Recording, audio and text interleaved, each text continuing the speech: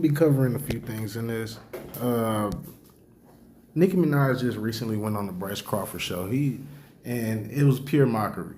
And Bryce Crawford himself is pure mockery to Christians and anybody who is actually has a heart for the good of the world. And I'm gonna show y'all today, man. So she went on there and talking about blabbing, and these are just some of the photos from her, right? So Bryce Crawford, he's nothing more than another social media puppet, and she referenced that like everybody else, people your age. She said that in the video, your age generation, your generation, right? He knows he's influencing his generation. And out of all the people he takes pictures with, he's supposed to be I Love Jesus with an I Love Jesus shirt on. Adam 22. Come on now. Adam Grand Mason, should I say, because you can look that up. I've shown that before and I can't make it how I used to on the videos, but even in numerology, Adam is 10 and his last name is 22. His stage name, that's 33. So you get 33 Grand Mason right there. And Bryce Crawford takes pictures with this devil worshiping, doesn't believe in God at all. Why would you, out of all the podcasts? It's in the caption that says, going to be on this podcast soon. I don't know if it ever came, but look here though. It's supposed to be him. This is Bryce right here, man. I just started Bible studies and throwing up the devil horns with the mouth open. You know, here go another one. Look at the guy right here with the I Love Jesus shirt on. Tell me what y'all think he throwing up. Tell me what you think that is. And then even with the heart symbolism, it's basically three, you know, a three sideways. So it's like, and there he is throwing up the devil horns, Bryce Crawford on the guy's back, and the girl throwing up the peace sign, right? Which is also devil horns, not the peace sign.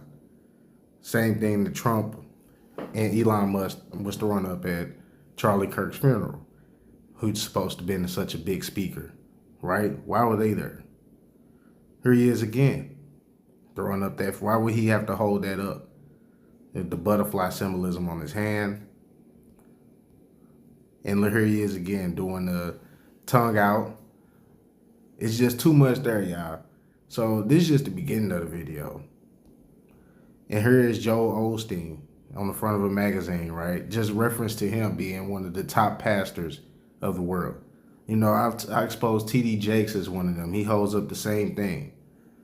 You know, and that's Adam's name. So, yeah. Goes on this podcast and pretends like she doesn't know after being in the music industry for 20 years. Like, they didn't even mention that. She's been in it since '05. So, like, that's 21 years. It's a pretty long time. She has songs with Gucci Mane all the way back in '07. So, like, jump right in. So, whoever she was dealing with, which I could dig into that, but, man, it's just pure mockery of her going viral like that, just talking about something that she's mocking. The first part of the interview is not really a part of the interview. It's just a random question and it's part of the intro, right? In the interview, she still does nothing but lie. He asks her who Jesus is to her.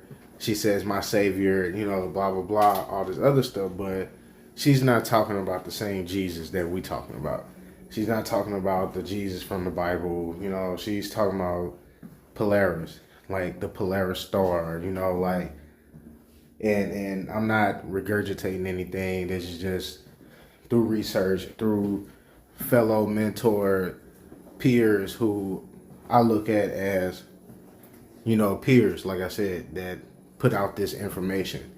And she's still nothing but a shield and putting out the same energy. She actually admits it in the interview. But listen to what she says about the Illuminati witch. Listen. And spiritual warfare. I'm the bad guy. I'm dressed as the devil. In Nigeria, Christians are being targeted, driven from their homes, and killed. I felt like I brought a knife to a gunfight. Oh my gosh, what did I sign up for? I think the music scene is very demonically organized. I started feeling like everyone wanted to like stake their claim into human beings like they were property. Is the Illuminati real? There definitely is a group of people that have made things very difficult for me. Has it been a spiritual warfare? Absolutely. When you have a relationship with God, you only care about, is God pleased with me? Who is Jesus to you now? Jesus is... And that was it. She says nothing. That was only, like I said, Freemason. She doesn't, no rapper, no industry person will say Freemasons. They won't. They say Illuminati when they mention the Illuminati. That's the throw off. And people are starting to catch on to that, but I still haven't heard in mainstream people saying, is the Illuminati and the Freemasons the same thing? Why won't anybody say that?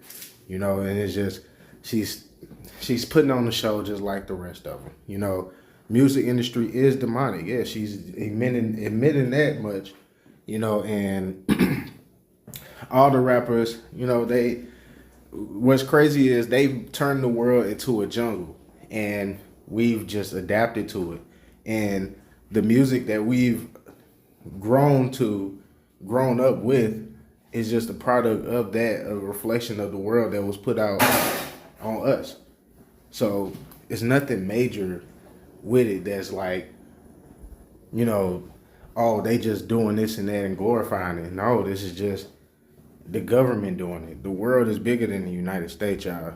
And this stuff happening everywhere that you wouldn't even imagine.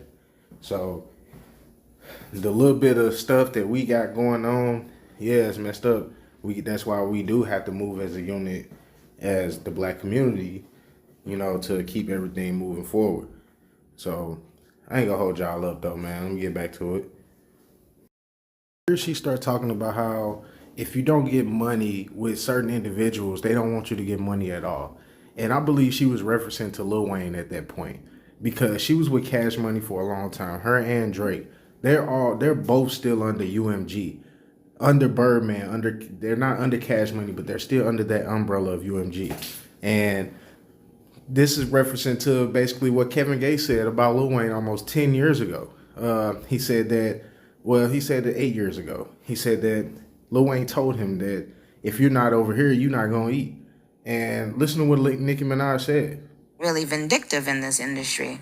That if you don't, in other words, like I started realizing that if you don't get money with one person or specific people, they don't want you to get money at all.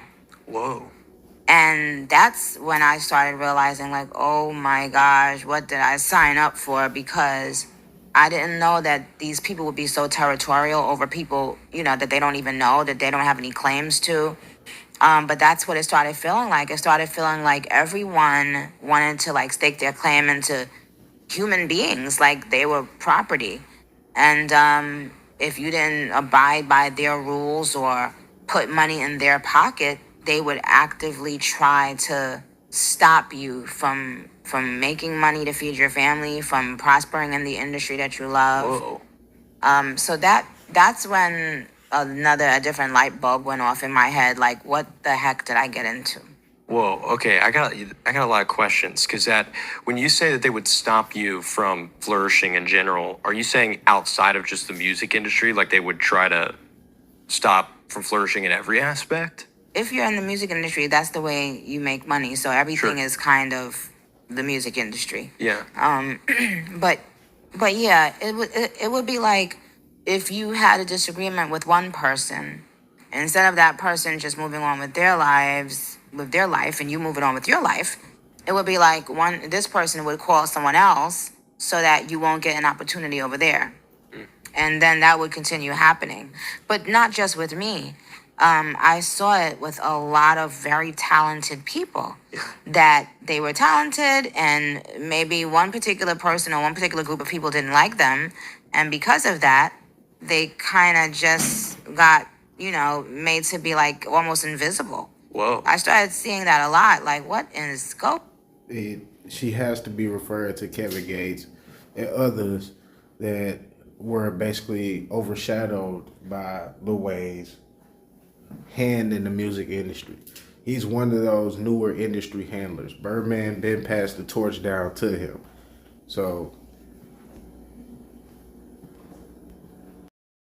what happened with Wayne and the Kevin Gates situation.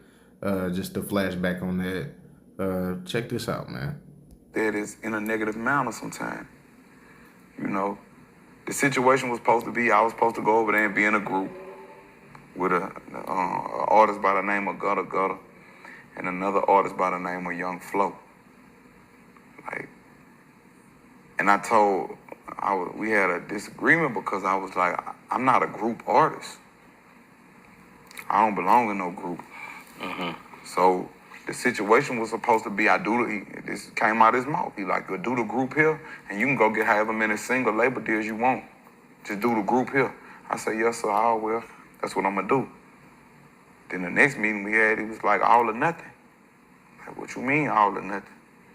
Like, man, I'm just saying, Kevin, if you're not over here, then you're not gonna really be able to go sign nowhere, because any artists that wanna work with me, or label that wanna work with me, I'm gonna tell them that, hey, Kevin Gates, I don't like that guy. And if you wanna work with him and I don't wanna work with y'all, and nobody's gonna work with you, this was, you told me this. I don't believe that you meant it. Yeah. But you said it. And I took it to heart. And my ambition was so strong that I kind of felt like I was getting blackballed a little bit. I felt like I was being blackballed because every time I was ready, hey, come on, my lawyer, you ready? Let's do the business. It was always prolonging and holding out and this and this and that. So when Atlantic came, I was like, look, I got my own brand. I got my own brand. They was like, we love artists with their own brand. You have been? No, sir. You want me to tell you the scariest moment? Yeah. I'm going to be honest. When Wayne sat there across that table with Mac Main, me and Feet sitting right there, and Wayne said, man, if you're not over here, you ain't going to eat. Wait, he say, if you're not over here, you know what I'm going to do you if you're not over here. I say, what? He said, I'm going to eat you. You got to eat me, Dick. You got to eat me.